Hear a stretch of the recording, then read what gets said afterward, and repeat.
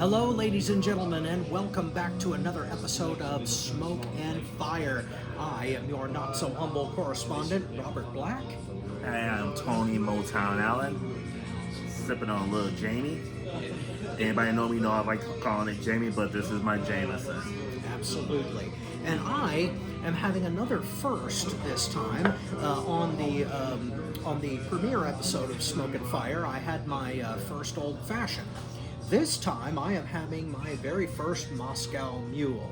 It is made with Tito's vodka, and it does not have a garnish, but I don't think it really needs one because it's ginger beer and other good stuff in this very nice copper tin. So I kind of feel like I need to step my drinking game up. I always go on my old reliable stuff, and Robbie's stepping down trash. well, no, I mean, Smoke and Fire is about experimentation.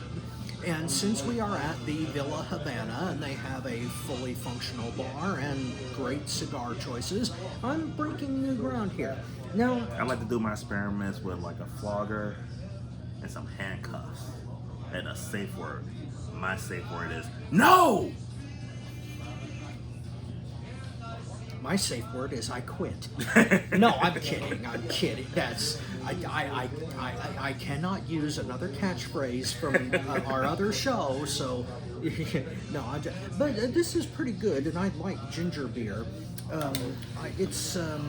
It has kind of it has kind of a dusty flavor. It's really the best way I can describe it. Speaking of trying new stuff, though, and we kind of talked about it a little bit on Facebook yesterday, I couldn't bring it to Villa Havana because it was a gift. But I had the Guinness beer that I tried for the first time yesterday. Oh, cool. So what was that? The honey and It was honey brown. the honey brown. See, I have not had honey brown beer Wait. for a long time. On Valentine's Day, I mentioned how I like it when they call me Big Papa. I'm your honey brown too. Well, unfortunately, I've never had the distinction of being called that. Ah, sorry, Bob. Hasty fish, yes. Honey brown, no. Just gonna play the hammer. Oh, good God. We're going to get thrown off the internet. Oh man, we But- haven't even got to this. Oh, no, we haven't even started yet. But here's the thing. The Villa Havana here in Plainfield, Indiana is a great place to visit. They have great cigars, great alcohol. Come here if you get a chance. And it's a lovely establishment. And we're glad to be doing Smoke and Fire here at this wonderful establishment. And much thanks to the staff here. Come out and see them. Great place. Excellent place. It was one of my favorite cigar bars in Indianapolis. Speaking Now that Meg's not at my other one anymore. I used to have a different cigar bar in Avon, but the bartender over there took really good care of us. But she finished up nursing school and quit, and now I'm here.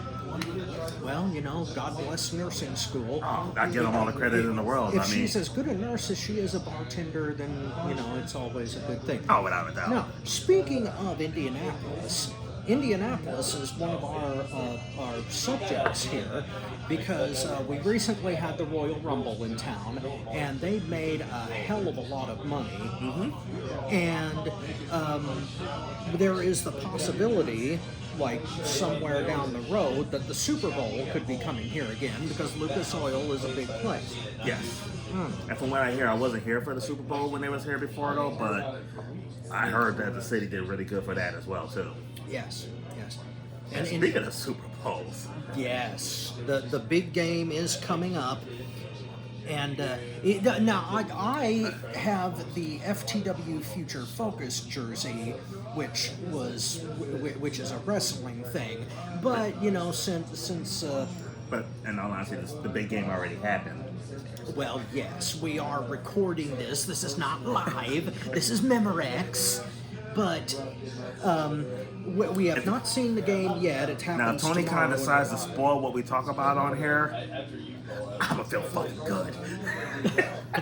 Hey, you know what? That's I kind of want somebody at Tony Schiavone us.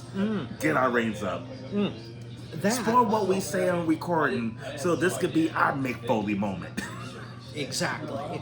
Exactly. It'll put asses in seats, I guarantee it. But here's something that I have always here's something that I'm wondering. This year we have a possible three-peat, the Kansas City Chiefs going back for the third year in a row, third Super Bowl in a row against the Philadelphia Eagles. And obviously you are in the Chiefs corner, but there's a lot of people who are not. I'm in the minority. That's for goddamn sure. Well, welcome to the club, because it's usually Robert Black against the world. You know that very well. My second favorite quarterback. Number one was Tom Brady. Same shit, different quarterback. There you go. And this is a subject that I've been wanting to broach about sports in general and American culture all around. Do Americans resent winners? Because people are hating on Kansas City real hard right now. Not only because they have been there 3 times in a row, but because the perception is that they cheated to get there, that there were a lot of ref calls that went off the rails. They're going for their third in a row. This is the 5th time they're in the Super Bowl. Wow. Well, I mean, they're a good team, though. So you can't really say that they haven't earned the spot. It's just that people think that they got there because of the refs and not because of their talent. Now, you can debate that, but You could debate refs.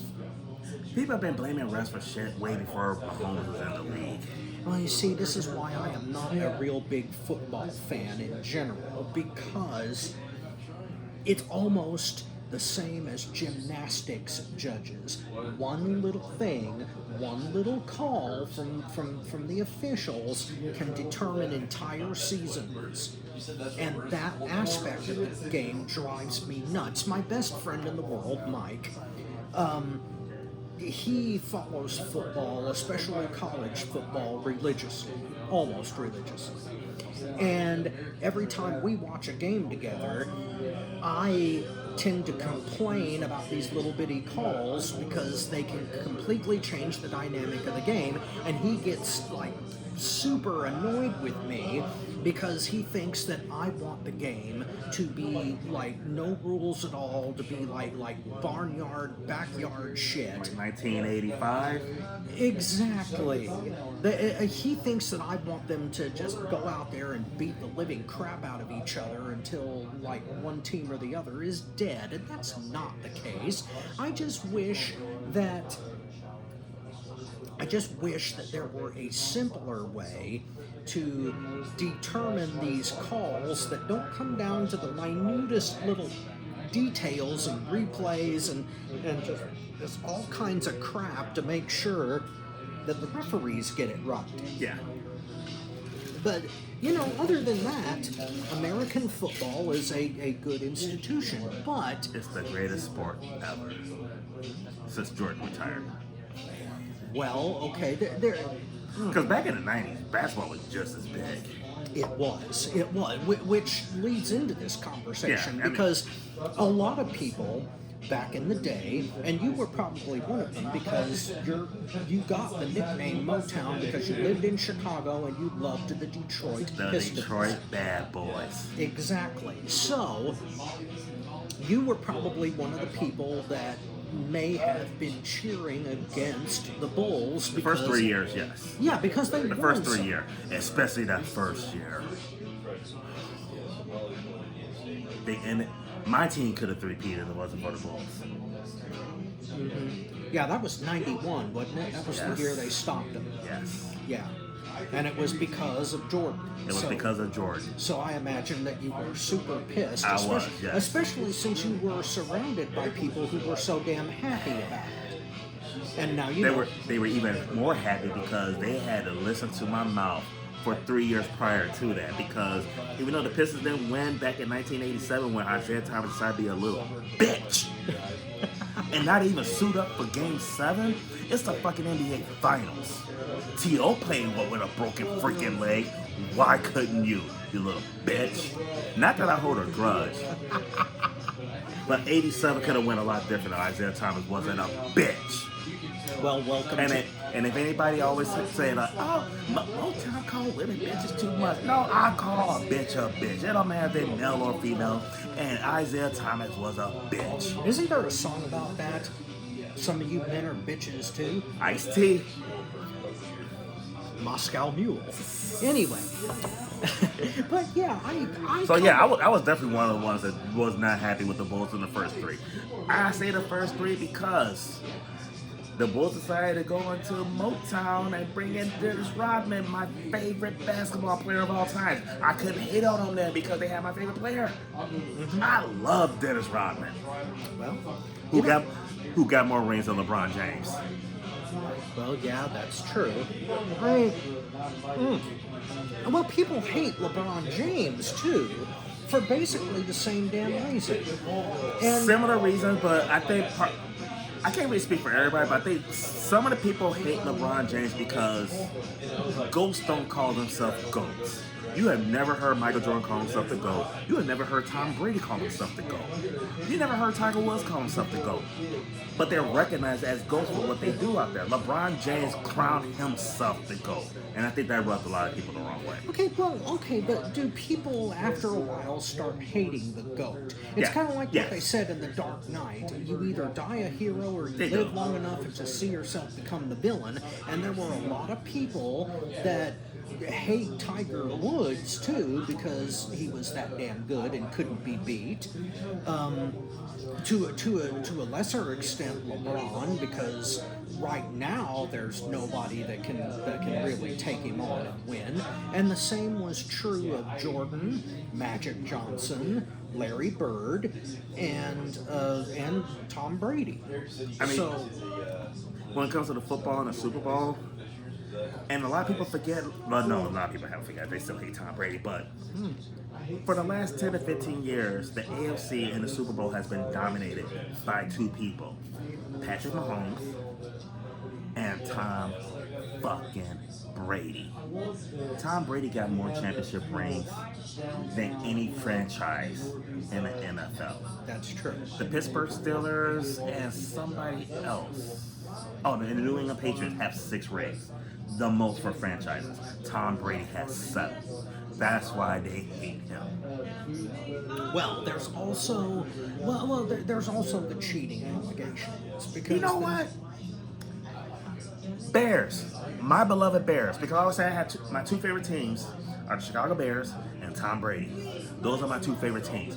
I was the Bears. Love the fans enough to cheat. I'm tired of losing. So if a call goes the wrong way in favor of your team, you're okay with it, I'm even if it's perfectly wrong. fine with it. Yes, because we ain't won a Super Bowl since 1985. We had a chance to beat the Colts in the Super Bowl. What's that? 2006, I believe, or something like that. 2005. 2005. Oh, that was a hell of a game too. Until Rex Grossman decided to throw more touchdowns to the Colts than fucking Peyton Manning did. He should have been.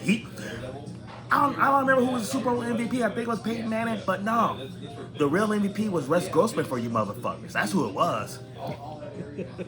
Pick six. Fuck you, Rex Grossman. Another bitch. I call more men bitch. I haven't even called a woman a bitch on this show yet. But I'm up to about 3 or 4 guys.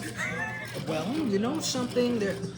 There are men who cry and whine for really ridiculous reasons, Yes. and they need to be called out on it. And as far as I don't know what it is about American culture, but we root for the underdog so much that if somebody starts to win incessantly, then they become a villain because we want someone else to win. And the crazy part about it is, as much as people hate Kansas City, when Kansas City played Tom Brady in the Super Bowl a couple years back, when Tom Brady after giving Patrick Mahomes his first playoff loss, he gave him his first Super Bowl loss. People love Kansas City then. You know why? Because he was playing Tom Brady. Brady was going for a 7th ring, and everybody loved Kansas City then. And now the hate has come back around because they're in position to Because win. now it flipped. Yeah. Now, Then he was the one trying to end the guy to always win. Now he is that guy. He became what he lost to. yeah. And the same was true of the Lakers and the Celtics back in the day, because in the mid and early 80s, Johnson and Bird ruled the court, and nobody else could touch them. Not to the late 80s when the Pistons finally dethroned him. But here's the crazy part about it though. The Pistons was an exception to the rules, because even though the Pistons were like the underdog and never won anything, the Pistons were so rough and tough and beat motherfuckers up so bad. They were the hated ones. Yeah. Oh. See, I mentioned my best friend Mike. He has never forgiven the Detroit Pistons for being who they were back in the day. And I'm sure there were a lot of other people that were that way too, because, you know, especially if you're a bad guy. Yeah. Especially if you are mean and you're a winner, people resent you for it. And you know how I am. You know I'm a heel. Yeah. I love the Pistons because nobody else liked them. When Tom Brady won his first 3 rings, I really gave 2 shits about Tom Brady. I really did. But the more people hated him, the more I liked him. And then I started realizing, this motherfucker's good. Well, you know what? I was never an athlete. And everybody, all you motherfuckers in Indianapolis that want to say that he deflated the balls and everything and all that bullshit, it didn't matter what the PSI was in the motherfuckers. He beat your team by 40 goddamn points. You didn't lose by 40 goddamn points because the balls were like 2 plays. You both were playing with the same balls. If they gave the Patriots advantage, how come you didn't have the advantage? Lack of balls. A big lack of balls. There you go. I gotta be careful because people around here, and I'm sure that some of these people are Colts fans. Well, okay, but we're in a nice establishment. I'm sure we're not going to start a brawl by talking about sports. Let's get ready to rumble. And the words of Jerry Springer. Ding, ding, ding, ding, ding. Oh, good lord. We'll touch on that later. Yeah, we will. Speaking of playing Nostradamus here, the ultimate question is, do you think the Chiefs will pull it off on Sunday?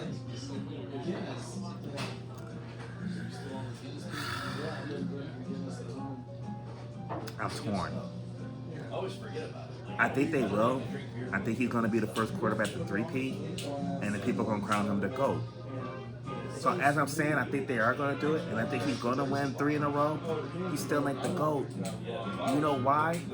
That motherfucker went one-on-one with the great one twice in the playoffs. Patrick Mahomes is 17-3 in the playoffs. And those 3 were against Brady. 2 of the 3. Joe Burrow beat him, but Tom Brady gave him his first playoff loss and gave him his first Super Bowl loss. His 17-3, you're 0-2 against Tom Brady, the GOAT. I don't give a fuck how many rings. You got to pass. You got to win 8 to be the GOAT in my eyes. Because no matter what you accomplish, you let that old man beat you in the Super Bowl. Tom Brady was 44 fucking years old when he beat Patrick Mahomes in the Super Bowl. Well, GOAT my ass. Well, and I love you, Patrick, but GOAT my ass. Speaking To of, be the GOAT, you have to beat the GOAT. that's true. Now, speaking of goats, asses, and hard transitions, what is our next subject? Well, why don't we talk about talk shows? Because it's meant to the ding, ding, ding, ding, ding. Yeah, that's true. That's true. Now, okay, I am kind of torn on this subject. Thank you.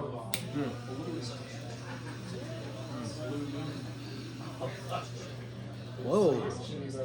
Little bit of fire That's a and fire. smoke. That's a fire. Playing with fire. But now we're going to talk about some of the best daytime talk shows. Little disclaimer here. I'm kind of a daytime talk show expert from the 90s. Because before I worked in retail and wireless, and before I was a banker, I used to work at a TV VCR repair shop. That shows you how fucking old I am. So, Hey, my dad did too. okay, cool. Well, yeah, in Louisiana, one of his first jobs was working in a repair shop down there that fixed TVs with my grandpa. So so cut from the same cloth. Now, if any of my old co-workers or bosses or any place that I worked with are watching this, my apologies. I'm sure I love working with all y'all because I really don't have any jobs that I completely fucking hate it. But my favorite job was the repair shop. Working with John at VCR Dynamics, oh my God, we had such a good time. It was so much fun to work. And we watched a lot of daytime talk shows. Well, I imagine so. Well, okay. I appreciated the old school talk shows more.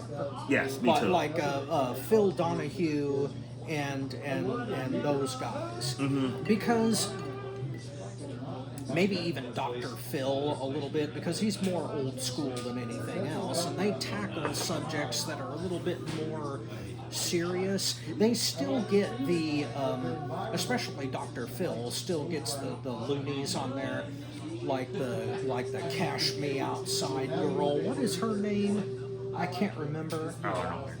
No, she was a nutcase. Still is, I think, but she made a rap album, and She did? yeah, she's like the whitest white girl on the face of the earth, and she made a rap album, and oh my God. Did she call it the whitest white girl? She should have. Yeah, but then she would have been successful, and we'd know her name. Well, yeah, that's true too. But yeah, I don't know. I have a love-hate relationship with talk shows, because when it comes to guys like Springer and Maury and Sally. Before that, it was a Japanese restaurant. I love Jerry. I love Maury. I'm not saying that you shouldn't. I'm just saying that sometimes it went a little bit too far, especially in the early years. Especially in the early years when they had all-out brawls on the stage and didn't stop them. With Jerry Springer, this is the line right here. If we're going a little too far, motherfuckers up here. Yes, absolutely. You know what I love about Jerry Springer? Talk shows first of all, talk shows evolved for Jerry Springer. Not necessarily for the better, I will admit that. Yeah. And I think the problem I have with some of the other talk shows is they tried to duplicate what Jerry did and just couldn't do it like he did. Like, Right. Jerry Springer, first of all, the man was a fucking genius. Used to be the mayor of Cincinnati. Yeah. Do you know why he no longer why he had to stop being the mayor of Cincinnati? No, actually. That's a sex scandal, I think. In my opinion, he didn't want to be the mayor of Cincinnati no more. You know why? The motherfucker paid for a hooker with a goddamn check. Who writes the hooker a check? Hugh Grant. There you go. But, well, I mean, there are some people who just want to be caught. The man in had a their law degree. Yeah. He was genius. Yeah, well, even lawyers do stupid shit, especially when there's only enough blood for one brain, and if if you want to get laid that bad, you're gonna lose your mind. So that I can understand, but I don't know. There were some aspects of Springer that bled over into wrestling, and that's why I have a love-hate relationship, because Vince He was the Russo- Attitude Era of talk show, and he did it when nobody else was doing it. Yeah, but you see, Vince Russo, our favorite booker, tried to imitate that shit. He watched Springer all the damn time, and he thought that the same audience that was into Springer was into wrestling, and that is not necessarily the case. Wasn't me. Well, yes, But but no, I definitely get what you're saying though, because I'm in the minority on that one. But you know what I love about Jerry though? All these talk shows doing these lie detector tests and these paternity tests. Like, I was never really a big Maury fan. I mean, he was okay until he stopped doing all the other bullshit. He focused on two things that wasn't working for him: lie detector test and paternity test. You are not the father. We asked you if you slept with your sister, with your girlfriend's sister. You said no. The lie detector determined that was a lie. But you know what separates Jerry Springer from all of them? Jerry Springer was on the air for like 20 years. Yeah. You know how many lie detector tests he had to give out? 0. You know how many paternity tests he had to do? 0. Because Jerry guessed, I think my wife is cheating on me. I don't think the baby's mine. Yeah, you're right. That baby ain't yours. That's your daddy's. I don't know where they found all of Oh the my people. God. No, here's the one episode of Springer that I remember specifically is when the fucking Sheik got on there. Yes! The Iron Sheik. This woman God. brought her man on the Jerry Springer show to admit that she's cheating on him with somebody else, and out comes the GOAT, the Iron fucking Sheik. Yeah, that was weird as all. Fuck the Hulk Hogan. Yeah. That was one of my all-time favorite ones. But yeah, I mean, he was. And that's when you realize how many wrestling fans watch Jerry too, though. Because do you remember when the Sheik came out? The audience was buying one to him. Yeah, I remember. That was old school Yeet. Oh, good God. Oh. But, I mean, there was some crossover. It was definitely some crossover. But Jerry- I'm not sure which Jerry- came first, though, the chicken or the egg. I mean, there were some people that started watching Springer that were wrestling fans first, and when the style started to imitate the talk show, then they started watching the talk show. Some of that went the Yeah. other direction. And I remember the episode where it flipped for Jerry Springer when he realized he struck gold. They had the KKK on there. Oh, God. Yeah, I remember that. That was, if you remember, that was the first daytime brawl. Like that brawl, first of all, unlike the other ones, that one was legit real. Oh, wait a minute. There was one. There was a brawl before that. Geraldo. Yeah. Yeah, Geraldo started the brawl thing. It's just that Jerry encouraged it, perfected it in a way. He perfected it. He found people that wanted to beat the shit out of each other and put them on that stage. Because from what I heard, which is entirely possible, like when they bring the guests on there and like, I want to hear like a lot of stuff was true, but they just like amped it up more. Yeah, So it's definitely amped it up. like I want to beat her ass. Well, you're going to beat her ass, right? Like they encourage, they damn sure encourage it. Just like when they come out, ding ding ding ding ding. That was a sign to start whooping some ass. Oh, good God.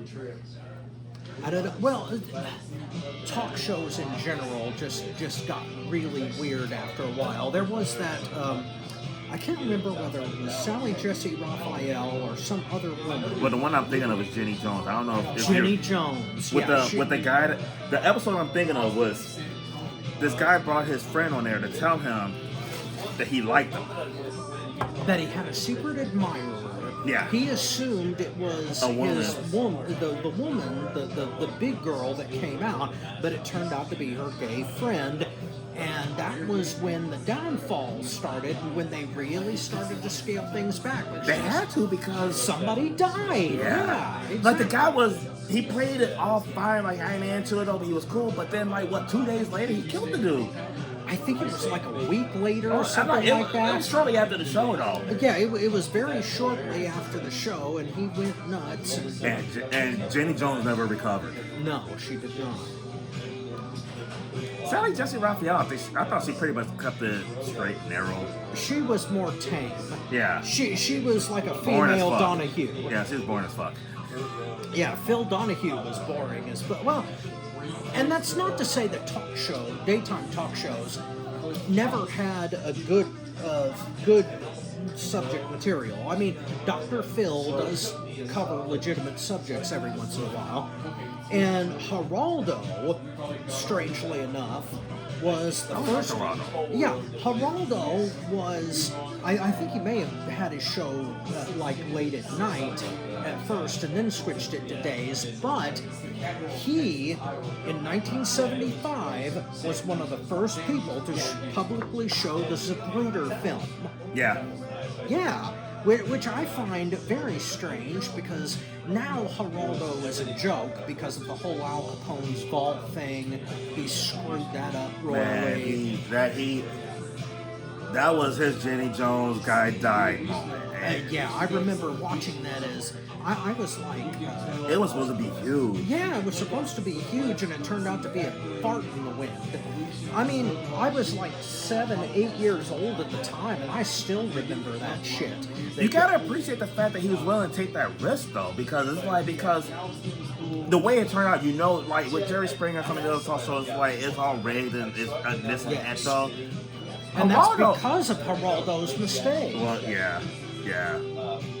You know what talk show host I never liked? And some people gonna say this is a little blasphemy coming from somebody from Chicago. I never liked that bitch Oprah. You know, Oprah is kind of weird because she evolved into a caricature of herself. She started out as kind of a version of Sally Jesse, and then she turned into I don't know, just a mock version of herself. And for a while, she was messing up fucking relationships. Yeah. Like, fuck you, Oprah. And it's kind of funny. We're about 30 minutes into this episode. Call a lot of bitches. Oprah's the first bitch that was a female. Shit. It's probably Well- the 6 or 7 bitch on the show. Well, but, you know, but you- Oprah, if you're watching, I may not like you when you're on TV though, but oh God, here we go. if you ever want to like get rid of Stebbin, I mean, he obviously ain't doing it for you. You've been with the motherfucker for 30 years. You need to ride the mothership. I can't say it.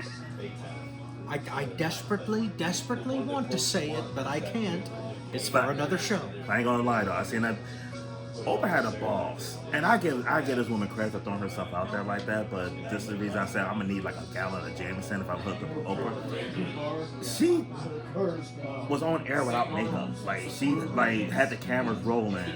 Yeah. So Now, she's ugly, Rob. in her early years, she actually had some good episodes and covered a lot of important ground and had important subjects. It's just like everybody else, she became gimmicky. She had to become, and the problem is, I think here's the problem though. Like Oprah had the #1 talk show. I didn't like her, but she had the #1 talk show. But Jerry Springer was on her fucking ass, and at this time they were both in Chicago. I really think Jerry's the reason why she had to change things up and become gimmicky because she felt the footsteps. Yeah. Okay. Here is one weird talk show host that I never understood why he got as famous as he did for just being a loudmouthed asshole, and that was Morton Downey Jr. Holy crap! Why did that guy even take off? I mean, he was a New Yorker, wasn't he? He was a New Yorker. Yeah. I want to say he was just right place, right time. Yeah. Like, Yeah, because Morton Downey Jr., as popular as he was kind of Springer before he was Springer. he was right place, right time. Well, he was kind of Howard Stern before he was Howard Stern, too. So, I mean, okay, you remember WrestleMania 5, obviously. Unfortunately, yes. That was one of my favorites. Now, I on Future Focus, I go off on long-ass promos. I don't like them, never have. But when it comes to Piper's Pit, I make exceptions because when it comes down to it, Rowdy Roddy Piper was a damn good talk show host. If Roderick Toombs had chosen a different profession, if he had become a talk show host or a comedian, we would be talking about him right now in the same vein as Oprah and Springer and other people because he was that damn good on the microphone. You got all these wrestlers doing like Miz TV and all these other talk shows on wrestling. Nobody would be doing that shit if it wasn't with Piper. No, Piper's Pit was the original. Even back then, like you didn't have a body shop until Piper's Pit. Yeah. I don't think it would have happened if it wasn't with Piper. No, it would not have. because he was just a loud, obnoxious sumbitch, and he knew how to piss people off. And I think that I just answered my own question. That's why Morton Downey Jr. got over, because he deliberately pissed people off. Yeah. Brought them on television in order specifically to make fun of them and tear them apart. And for whatever reason, I mean, we were talking about Americans resenting winners. Well, that's an example of it. It bleeds right into that, because I mean, and we're talking about talk shows though, but I gotta give Piper credit though, because you have so many different like talk shows, like Jericho. Hi guys. That's for you, Ty. But all these guys have their talk shows though, but can you really say that like somebody's talk show like Piper's Pit was huge? yeah, Huge on setting up big matches as well. yes, a lot of storylines were furthered by Piper's Pit. Like WrestleMania 3. I just watched that again last night. I don't know if they sell the tickets and they hype it up as much without Piper's Pit. I mean, and Piper for the first 3 WrestleManias was huge as far as like setting up Hogan. Yeah, But that one he was indirectly, yes. because the other ones he was involved with the matches and everything. But for WrestleMania 3, you don't have that hype without Piper. And, okay, this is why Like you can't have a little backstage interview with Mean Gene and get the same result that No. Piper got for Hogan and Andre. This is why I still to this day say that WrestleMania 3 was the best WrestleMania ever. The reason I say that is because practically every single match had some kind of angle, some kind of through line, and like all 12 of those matches had a reason for happening. Yes. And Hogan and Andre was built to the max, and it was, that whole episode of Piper's Pit was just the perfect way to set that whole thing up. And the way that it ended just abruptly like that. Piper looks at Hogan and Andre. bleeding, man. Yeah, you're bleeding. Man, you're bleeding. We're out of here. And that was just such a legitimate real. moment. Yeah, and the WrestleMania 5 three-way interview between Piper, Brother Morton. Love, and Morton Downey, I still love that to this day. Now, somebody, you may be... What's this? Because if you guys watch FTW, you know he hates celebrity involvement. So for him to say how good that was, that shows how good it was. Yes. But you know, I think one of the reasons that I still love it to this day is because the celebrity lost. Okay? The Morton Downey got that fire extinguisher straight to the face, and he deserved every bit of it. And Piper, it went so well, I felt like he didn't see it coming. Like, Yeah, it made the WWF look good. Yeah. That's my whole point. If you're going to have celebrity involvement in wrestling, and I want as little of it as possible, believe me, but if you're going to have that in the context, especially in the context of a talk show, I want WWF or professional wrestling in general to come out on top. I want them to look good, and in that particular instance, Piper made everybody look good by trashing Morton Downey and stripping Bruce Pritchard down to his fat white ass. But one thing I would say though, before we move off the subject of daytime talk shows, I'm actually going to give a shout out to a nighttime talk show. Okay. Because of wrestling. The Arsenio Hall show. Oh yeah. I mean, he had the big stars. He had them out there at the right times, hyping stuff up though. But one of my favorite episodes of Arsenio Hall, he had the Dr. Style Slick, the African Dream Akeem, and the Big Boss Man. And Arsenio leaned over. He's like, Jimmy, what were you doing? Akeem, what were you doing when Hulk Hogan was whooping his ass? And they flipped the fuck out. Arsenio ran. I was watching that shit with my best friend Sean, and we marked out too. Like that was just fucking classic. Macho Man on there was fucking classic. The Ultimate Warrior. I mean, Hogan was on there too. Hogan was on there too. And he did bite himself in the ass. He did. I have to admit, as much of a Hulk Hogan fan as I am, not Terry Bollea, but Hulk Hogan. Be straight about that. But Just so y'all know, Hulk Hogan's a bitch and Terry Bollea's a bitch. Terry Bollea is a bigger bitch. okay, I'll let that one go. Well, it's just in this particular instance, Hogan fucked himself because he went on Arsenio Hall and he denied taking steroids for personal use, and he did. He lied his ass off, and that outran him. And I heard that Vince McMahon advised him not to do it, and he did it anyway. Yes. And from what we know about all of the shenanigans that Vince McDiddy got up to, even back then, he probably should have taken that advice. Because if anybody knows how to hide stupid shit, it's Vince McMahon. I think the problem that Vince had with Hulk Hogan, he doesn't trust him to lie good enough to make it convince it or get out of it. That's true, because Hogan cannot lie convincingly. Being stupid enough to claim that he is the one that brought Simon Cowell to America. No, nobody believes that stupid shit. Do you remember the lie that he told that Elvis was a Hulk Hogan fan? How? Elvis died in 1977. Exactly. Unless you believe the idea that Elvis faked his own death. Now, maybe Elvis was a Hulk Hogan fan in seclusion, but I don't buy that shit, even though my dad did. My dad did believe that Elvis was alive, but that's because he was a huge Elvis fan and he couldn't deal with his death. A lot of people couldn't. I'll be honest with you, we get a little off subject here though, but here's the performer that I didn't think really died when he did. Tupac Shakur. Oh, you think he faked his death? And here's the reason why. Because he sang about it.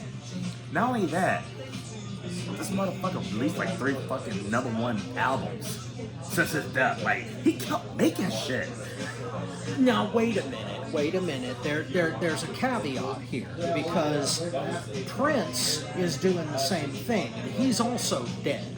So Prince made a whole lot of music that he never released, and that the people that own his estate are still releasing. So it's possible that It's possible. yeah, but you want to believe the man's alive because you liked him. And that was what my dad was like. He wanted to believe that Elvis was still alive because, let's face it, the man was a winner, like we were just talking about, and there were a lot of people that resented Elvis because of his talent, and because in the 60s and 70s, and in the late 50s too, there were a lot of men who were jealous of Elvis because their girls got their panties wet every time he got on stage. And let's just say though, like, as great of a performer as Elvis was, that motherfucker was Vince McDiddy before Vince McDiddy. He was R. Kelly. No, actually, he was more R. Kelly before R. Kelly. Well, okay, there was some controversy about Lisa Marie, and She wasn't the only one. well, no, she wasn't the only. She's probably the most famous one. The most famous. Well, yeah, Elvis Presley probably got more pussy than Ric Flair. I mean, that would be an interesting contest to see if Elvis, Mick Jagger, Billy Idol, Ric Flair, or Divine Erics. or well, yeah, Oh, no. And the Rock and Roll Express. yes, yeah. Like Jim Cornette said, Ricky and Robert had more sex come into the ring than the rest of us had in our lifetime. So, be that as it may, what is our next subject? James Bond. Speaking of famous womanizers, no, yeah. We could have segued that even better. Like, we know we didn't plan this because we kind of went off the rails on that. You know what? This is our show. We can talk about whatever the hell we want and have bad transitions if we need them. But that was a good perfect one. That was the perfect one. So look. I am fascinated by the lore of James Bond because not only do people people disregard James Bond as a character because he's dismissed as the ultimate male fantasy. A guy who can have any woman he wants, has a exciting, adventurous job, and yet is able to do all of these great things for king and country. But on the flip side of that, James Bond is a very complicated character. Yeah. When you look at his pedigree, he's a tragic character because he is who he is because his parents died in a mountain climbing accident. Lonely kid, bullied bullied in school, goes on to become a dedicated member of Her Majesty's Secret Service, and he is incapable of having good relationships because his job demands that he can't. And his character, especially in the movies, not so much in the novels, because Ian Fleming, the author, dance break. Yeah. I hope they can hear the music in this. I'm sure they can. Yeah. But even in the 70s, speaking of this music, even in the 70s when Roger Moore was James Bond, when I came up watching that, there were still great depth to that character. Especially... I love Roger Moore as James Bond. Yes. Absolutely love him. Roger Moore was what I call the crime fighter Bond. Yeah. Because he took on, because Sean Connery was Bond versus Spectre, but because of McClory, the author of Thunderball, who sued Ian Fleming for the rights to James Bond, they couldn't have Spectre in any more storylines after Moore took over for Live and Let Die. And so they had to go with these different villains for each Bond film. It worked. Yeah, it did work. More times than not. I mean, Moonraker was silly as hell. The Man with the Golden Gun was kind of stupid, although Christopher Lee was a great Bond villain. Holy shit, was he good. But that's because Christopher Lee knew Ian Fleming. Who was his love interest in Eye for an Eye? For Your Eyes Only. For Your Eyes Only. Yeah. His love interest was a girl whose family was killed by a international arms dealer, I think. I can't remember the girl's name. I can't remember either. Or the actor's name, for that matter. But she was a great Bond girl. She was. I mean, and I love that movie too. Roger Moore was he's my Bond goat. They have so many Bonds, but he's my Bond goat. My Bond goat is Pierce Brosnan. Pierce Brosnan did a phenomenal job. My favorite Bond film, because it is so rich and so complicated, is GoldenEye. It is the first post-Cold War Bond, first one with Brosnan, first time he faces a fellow 00 agent as his villain, and just the first one they shot in Russia, which just the depth of that goes back. And the whole linchpin of James Bond's saga is the death of his wife. Tracy Bond dies in On Her Majesty's Secret Service. Bond goes through all of this stuff with her, and then Blofeld whacks her. And in the novels, it's even worse, because after that happens in the novels, which was in the order is completely different from the movies, Bond goes absolutely fucking nuts, and he starts like killing people wholesale until he finally gets to Blofeld, and he like barehanded strangles his ass to death in You Only Live Twice. Nice. In the movies, that was different, but the movies were practically their own universe. Now, but the reason I wanted to talk about James Bond is because he is so disregarded, especially after the Daniel Craig movies. where they tried to make him more sensitive and more damaged, and that's as much as I love Casino. They try to Royale- reinvent the wheel. Yeah, and you can't do that. No.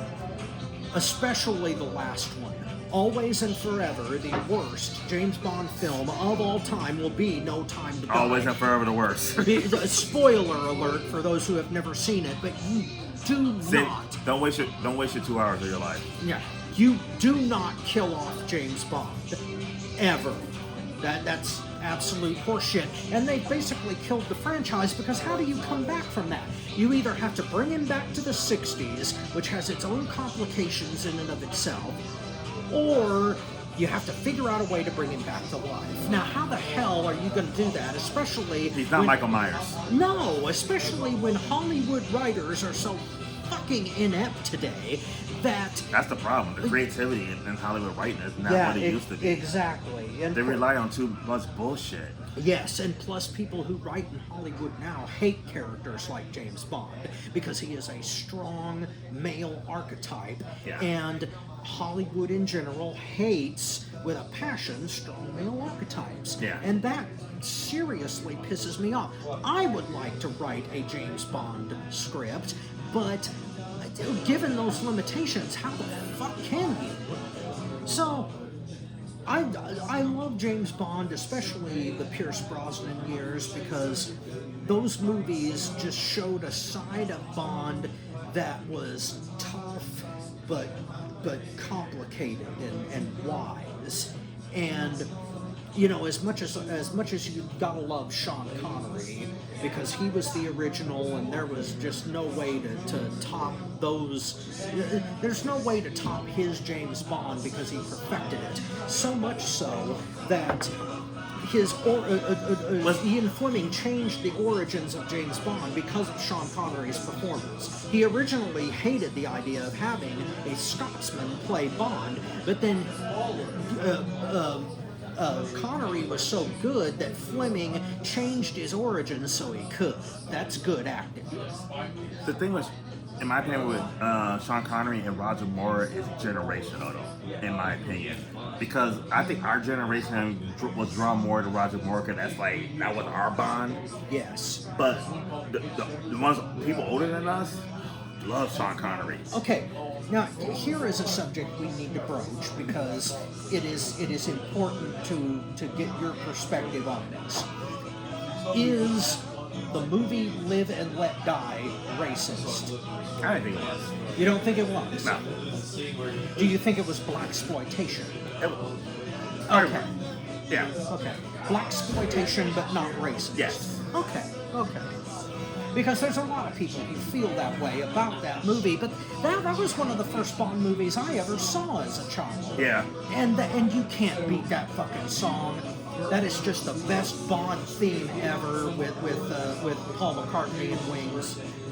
It just, when it came out, it was right movie, right time, but then as the years went on, then 1972. yeah. Here's one that people can't fucking stand. Well, two movies that people can't fucking stand, both with Sean Connery. Diamonds Are Forever and Never Say Never Again. Never Say Never Again gets a lot of shit because it's a remake of Thunderball, and because of Kevin McClory, the guy who sued Ian Fleming to get the rights, he remade Thunderball. I love that movie. It was a good movie. Yeah, it came out in 1983, the same time as Octopussy. Oh god, that's a funny fucking. That was. Yes. Oh my god. You Talk about Roger Moore at his campiest. There you go. You know what else I like about James Bond? James Bond gave us Austin Powers. Okay, there is a point of contention for me. Okay. And I'll be honest with you, like when first Austin Powers movie, I was just like, this is fucking stupid. Yeah.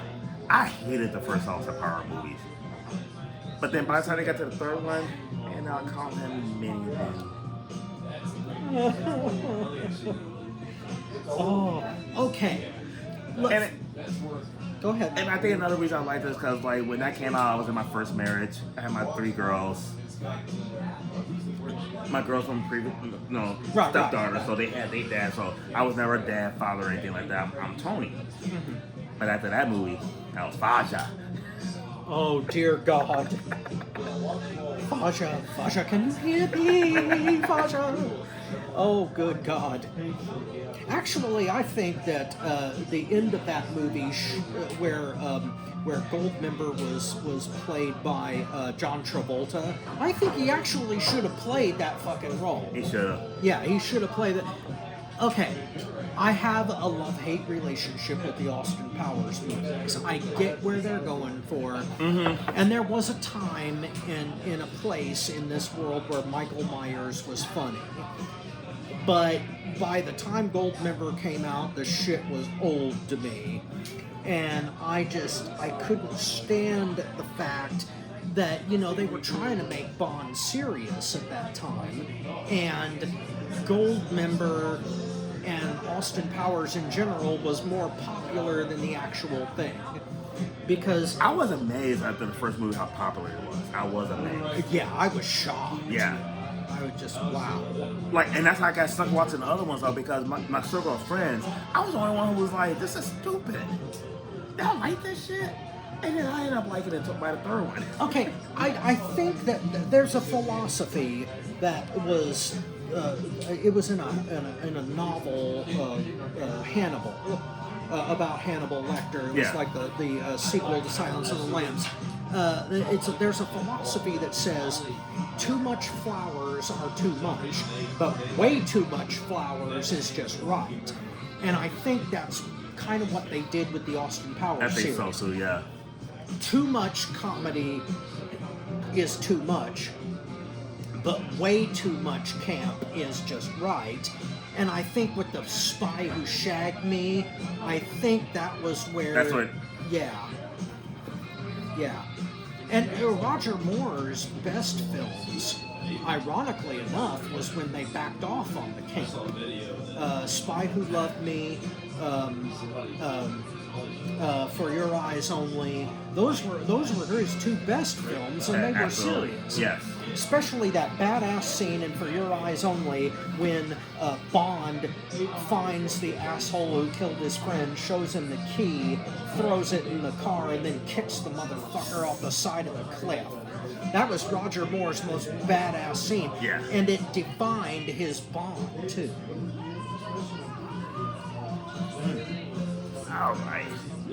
But I think we are about out of time for this episode. And Definitely a good one. it was a doozy. I had a lot of fun on this one. So on behalf of Tony Motown Allen, this is your not-so-humble correspondent, Robert Black. So long from fire and from smoke and fire. See, this is what Moscow Mule does. It makes you a little bit fuzzy. But fuzzy or not, smoke and fire out. We'll see you next time.